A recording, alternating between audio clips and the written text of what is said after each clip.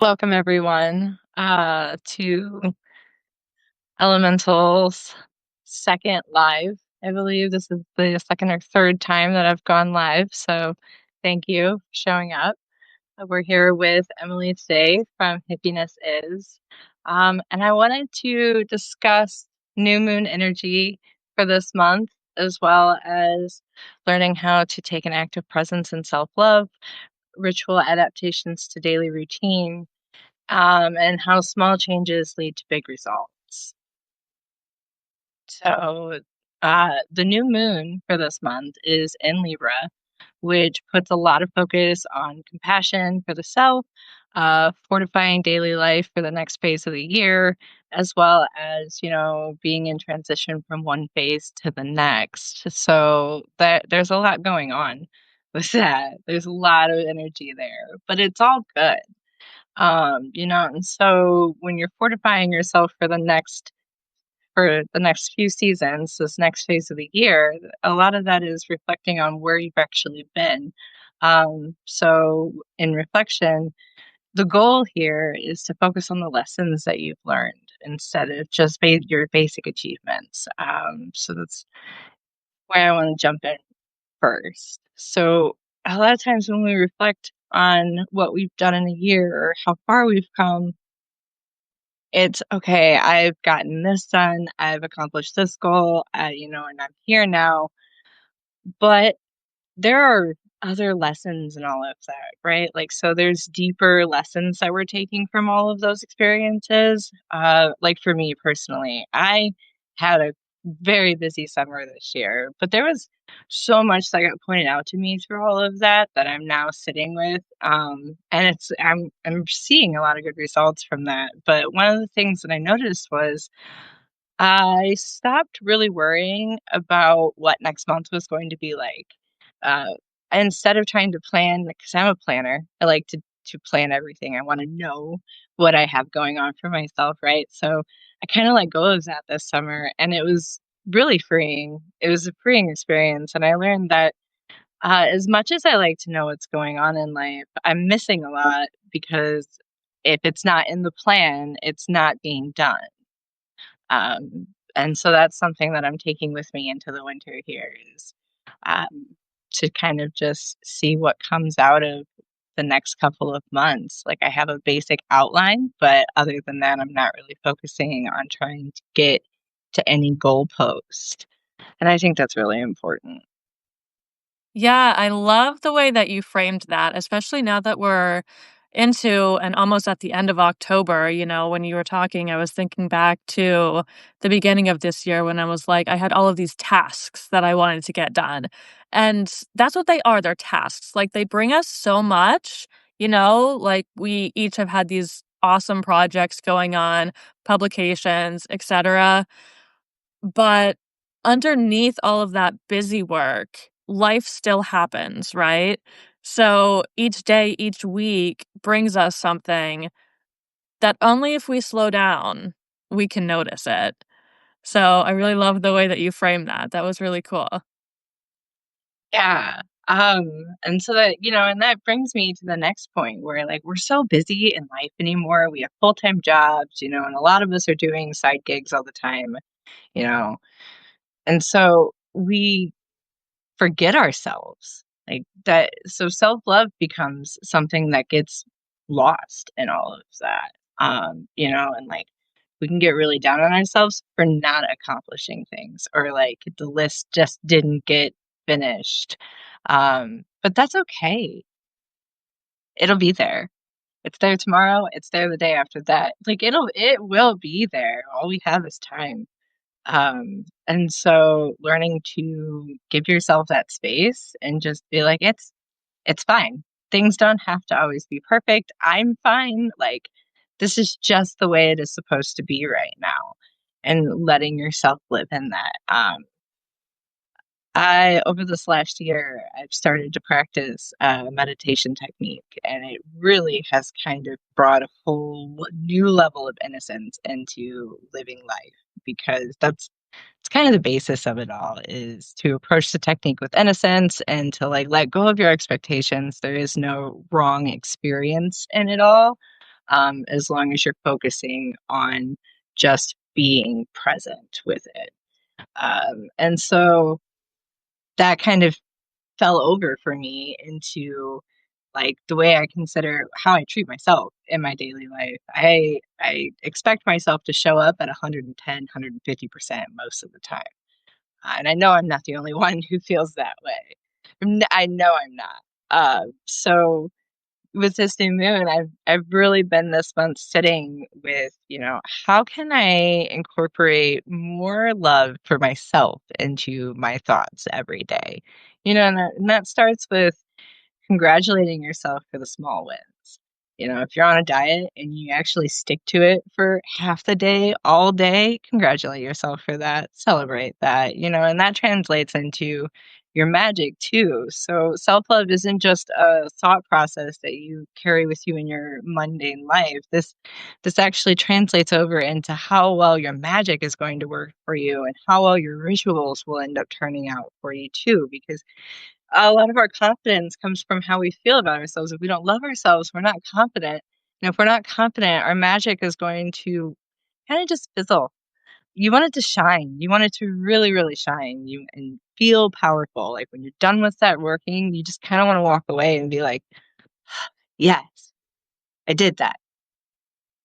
And if you're not quite getting that feeling, then step back and be like, well, what am I not celebrating about me and my own life? Like who you are matters and you bring a unique thing to every table you sit at. So focusing on that this month has really opened up a lot of doors. But I also wanted to talk about that with all of you because I wanted to open those doors for everybody else too. So celebrating small wins, getting up in the morning and finding one thing about yourself that you really, really like, even if it's, saying it in front of the altar so that it's a ritual routine and it becomes something that's important magically. It's important in everyday life. It's important in the mundane things too. These things matter. Magic isn't always smoke and mirrors and candlelight and crystal balls. More often than not, the magic that really works is the stuff that you're doing every single day. And it works because you make it sacred. That's the important thing is like these acts that we do for ourselves have to be something that we hold sacred space for. Otherwise, they're not mentally important enough for us to stick with on a long-term basis.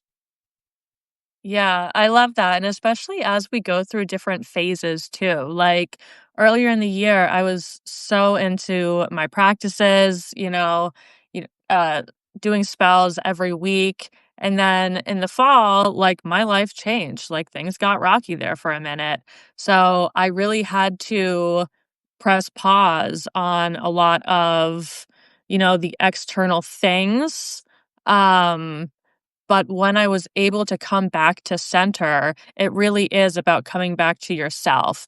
What has this experience taught me? What did I gain from this loss, from this situation that challenged the heck out of me, right? So one of my favorite things is actually mirror work as well. I think that's a really, really powerful tool, especially when we're affirming things to ourselves. And of course, I have to shout out our neuroplasticity in our brains that are always changing Yes. because working it into routine can feel difficult in the beginning and it can easily fizzle out. But when we turn it into a sacred thing that is unique to us and what we need in each phase, then it really does, become ingrained and it becomes sacred.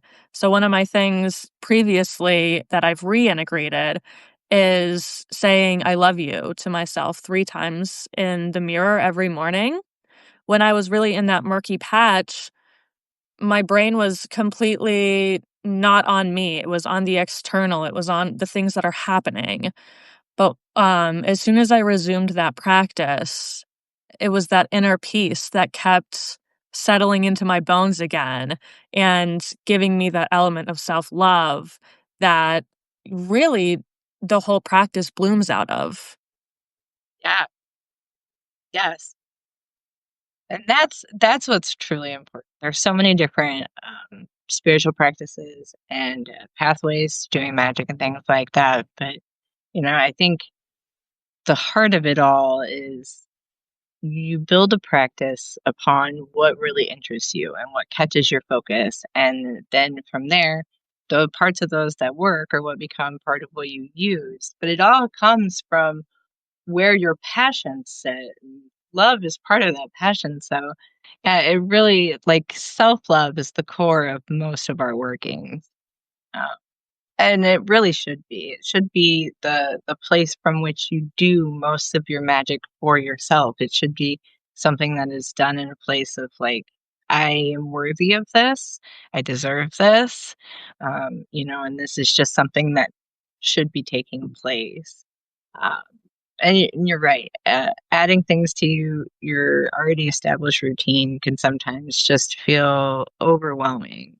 Um, but that is one thing that I think has helped me most when I am changing a routine, especially to better myself, is to bring it into ritual practice and to bring it into in my sacred space and my the times of the day where I'm already holding space for the energy of the universe and myself, and it just becomes a natural part of those processes, and that really does transfer out into your daily life, um, Yeah, it even if it becomes takes months to see it will transfer out into daily life. Like, these things are not always instantaneous either, so just like, you have to stick with it and you can't give up. It's worth the effort. yeah, it absolutely is, and I think even when we add it into a routine, or a practice that already exists in our lives. It could be as simple as when we take a shower or when we're walking to our car in the morning, or, it could be anything, feeling the water, feeling the sun on your face. Like, it's really about that intention, right? Um, just pausing for a moment and just soaking in what we do have around us and available to us. And I find that it's like an instant gratitude boost to the day, um, Yeah, if you can frame it that way. exactly. And approaching things from a place of gratitude is another powerful way to really kind of just change things around for yourself. There's a lot of power in that frequency. Emotions carry so much frequency with them. They become a really powerful tool in magic. Um, and gratitude is one of those that can really just move mountains for you. It really can, like, I can't emphasize that enough, that, like, just approaching each day with that little ounce of, like, I am grateful to be here and to be able to experience this, and just being grateful for what comes into your life, whether it be people, experiences, opportunities, and even the tragic stuff too. Sometimes it's really hard to be grateful to go through hard things, but we grow from it all. We build a system and a life out of everything that we do, and it all becomes more material for the world that like we exist in. Uh, and I think the emphasis in magic can often be personal gain in the sense of like, yes, your magic is working for you, but your magic is working for you to achieve physical goals that are outside of the self. Um, And it is very, very important to bring that back to what it what is my connection with magic and what's my relationship there and how does what I'm doing to myself resonate and reflect outwards with what I'm doing with my craft, because those 2 things live together always. Yeah, and we don't always just wanna be seeking validation externally either, so I think self-love and magic, uh, like, added together gives this little tiny package of self-love. It helps us kinda feel it and conceptualize it in a different way, whereas we're not getting something necessarily from someone else or from the outside world.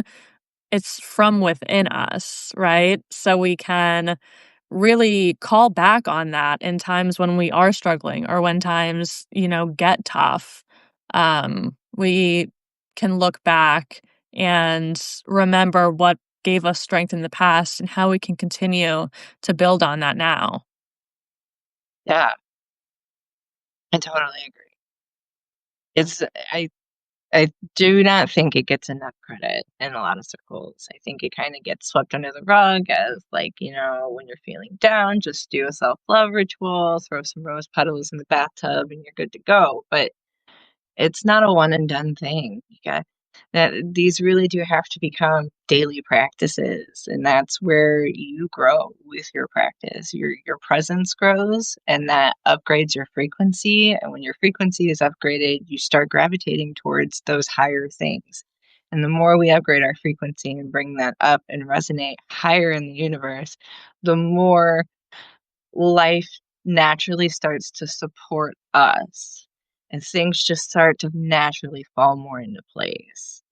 Um, and it sounds really, really simple when we talk about it this way. It just sounds like, oh, a few simple changes and like it'll be, you know, everything will be different. But sometimes you have to prepare yourself because when you open yourself up to unconditional self love and really focusing on improving your own quality of life within your own head, like, we say improve quality of life, and that usually brings a reference to lifestyle living, dietary choices, the people we're around, the job that we're doing. But those things, so yes, they count for quality of life, but your physiological inner state and like the state of your inner intelligence really plays a bigger factor on quality of living.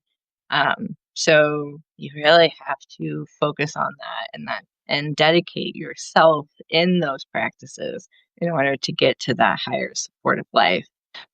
But it's worth it. It is just so worth it. I can't express that enough. Like how these itty bitty changes where, daily affirmations of like love to yourself, even pep talks in the third person. I wish I could remember where I picked this up from, but I read so many different references all the time. Talking to yourself in the third person, like addressing yourself by name, can actually trick your brain into thinking that you are having a conversation with somebody else. By no means am I advising anybody to answer themselves here, but to say to yourself, like, Montana, it's going to be fine. You will be fine. You will get through this, or like, this will happen. Little things like that can take you a long way in a day. You know, Even if it's like, Montana, it's just an hour, get through it, or whatever the situation is, like little itty bitty adaptations like that in everyday life will take you so far. And it improves our focus, it improves our effort and dedication, and improves our capacity to show up. And if you're not showing up for yourself in mundane life, you can't show up for yourself in your magical practices. So true. Do you want to maybe give a couple of your favorite tips or maybe how you start, like, what are the baby steps that we could maybe start with for folks that are trying, but it's hard? So baby steps, right? So simple things as far as like uh visual aids. What's on your walls? What are you looking at when you're at home every day? So are these things bringing you peace, or are these things adding to your chaotic energy? As far as ritual adaptations for the home, even putting sacred symbols up on the wall or keeping visual aids up on the altar, or in the bathroom on the mirror, uh, little those things help a lot. I think I have magical symbols in almost every room in my house. I have some in the bathroom, they're in the shower, they're in my car, they're everywhere. And that keeps it alive. It keeps it present in my mind all day long. And so that is my one of my main tricks is I keep my magical symbols with me everywhere. Uh, I have spiders on my keychain because the spiders are a bit of my totem. They've really kind of become part of my personality. Um, I get gifts and everything else like that all the time, but I have them everywhere on my keychain, on my coffee table, they're in my car. And that is one of my main things. I look at magic as threads and a main canvas. And so spiders are also looked at as weavers for the universe. And, they weave together the threads that hold all of life and keep it all going. So that's a big thing for me. So if you know those symbols that equate in your mind to magic or your practice, keep those things with you, add more of them around. Another thing is the affirmations. Daily affirmations are a big, big thing in my life, and they change with what I'm going through. And I make my own. I can't really reference any like one site or source that's really helpful because I do write my own affirmations for myself based on what I'm going through, but they are typically I statements. So that would be tip two is start to implement positive I statements, whether it's in your morning routine, you're getting ready, making your breakfast in the morning, you can say it in your head or out loud, or even like in the shower. Um, Showers are also a really good place to start implementing daily grounding. The water is a natural grounding source. It'll neutralize everything and the drain source takes it all away. So if you're not grounding on a regular basis, that's a great place to do both things at once. You can clean yourself and take 5 minutes to do a grounding process where you gather your chaos and you send it down the drain with the water and then you're ready to go for the day. So little just these little things and over time those little changes will become just ingrained habits and they help and you'll start to see your frequency changing. And it's not so much a physical feeling as it is just actual observations as you go through your life.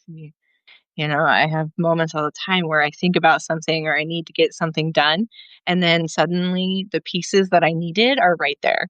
I they pop right in, and it's because things are just naturally being supported. Those and like that, just little tips like that. So, and that's really an individual process, but that's where you start, right? So you start with the adding grounding into your routines and adding more symbols that encourage you to keep yourself in that present frame of mind around you. Visual aids are huge. Setting time aside too. If you don't have time set aside during the day where you're meditating or just even praying for people who, take time to pray instead of meditate or just holding sacred space. Make time for that. Even if it's 5 minutes, sit down for 5 minutes after dinner and do a 5-minute meditation where it's just focusing on the present moment. And, your thoughts come and go, and not any one of them has much significance. You don't place importance on the thoughts, you just let them float because like you're just trying to be with your pure self in that level of that conscious awareness. And that 5 minutes a day will start to help you take time for more things in other areas of life. It's they sound silly, they sound like things that most people are probably doing here and there and they don't even realize it. But adding them to routine on a daily basis and in creating that sacred link makes all the difference. Yeah, so even, like, taking that 5 minutes and making that routine, I think it builds that muscle in our minds, right? Yes. Where in a moment where we need to call on our calm, we can remember that this is a practice that we do daily or we're trying to do daily. Um, and we can call on that part of ourselves into the moment. And I think that's really where the integration starts to Yes. happen. Is like Yes. it starts with 5 minutes, but then it becomes when we need it, it's right here. It's a tool that's in our toolbox. Yeah. And I also really love affirmations and mantras as well. One thing for me that I've noticed with them is that they're so great for replacing negative thoughts when they Okay. come. So we all get tired. We all, have days where we're like, I'm not up for XYZ. For me, in my journey, I've had these like repetitive negative phrases in my past journey.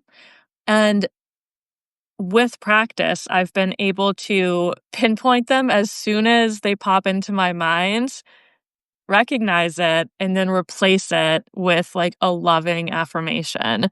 If I'm not up to it, that's okay. I'm human. I don't have to be, like you were saying, Yes. 110% every single day. Yes. That's not in the energy budget. No, normally it's not. We none of us really just have that energy all the time. And if we're trying to show up that way all the time, that's you hit burnout and that's when nothing ever gets done.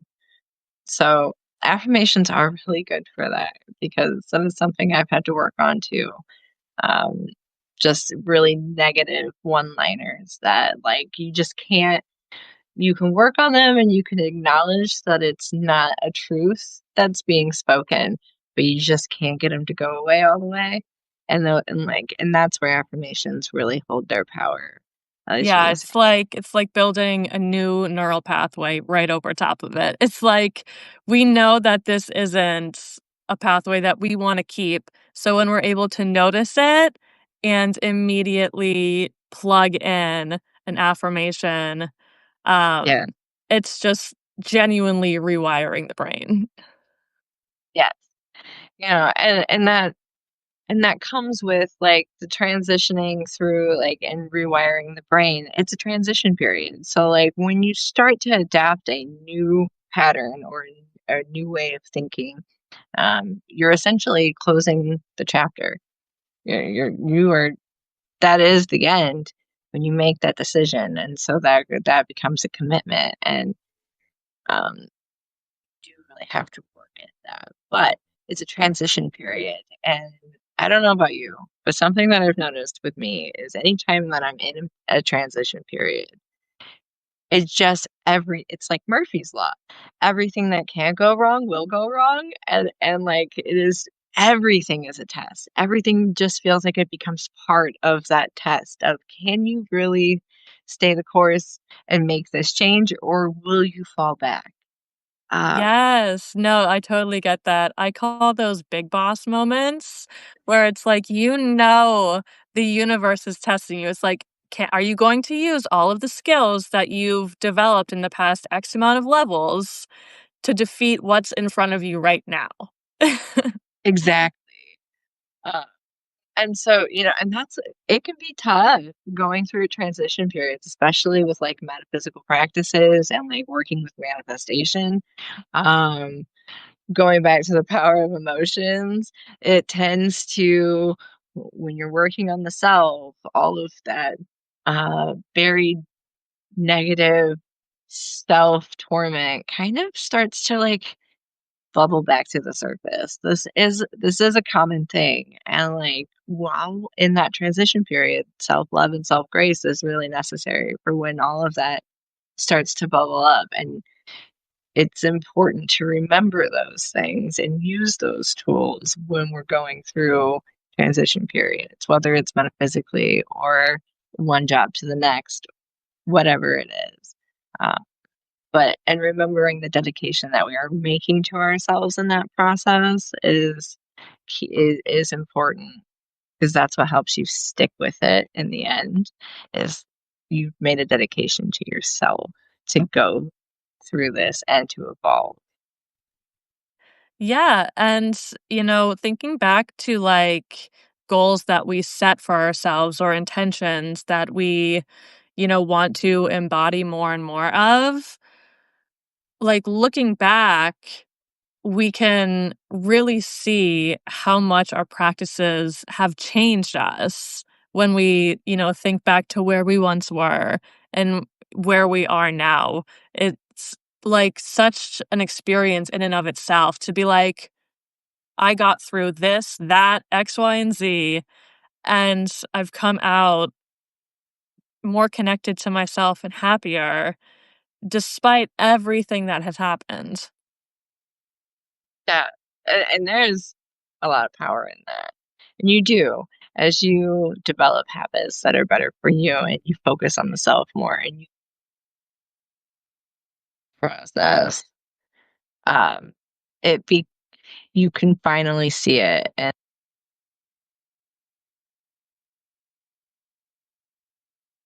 it just encourages more growth. The nature of the self is to evolve and to constantly change. So, but change isn't always easy for all of us, and so being able to celebrate where we've been to where we are now is what pushes the next phase of evolution into action. Yeah, that momentum drives further action. Yeah,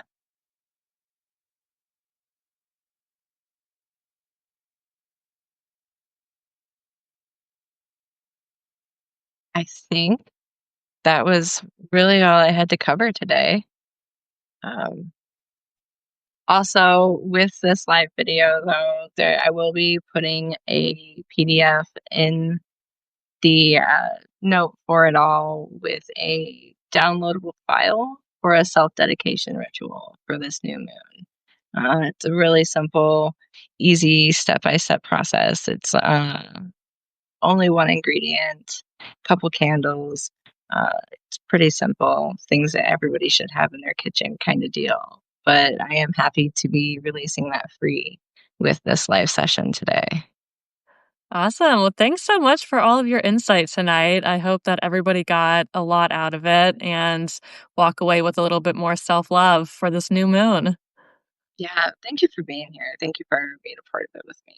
Of course, I am happy to be here. Have a good night, everyone. Bye.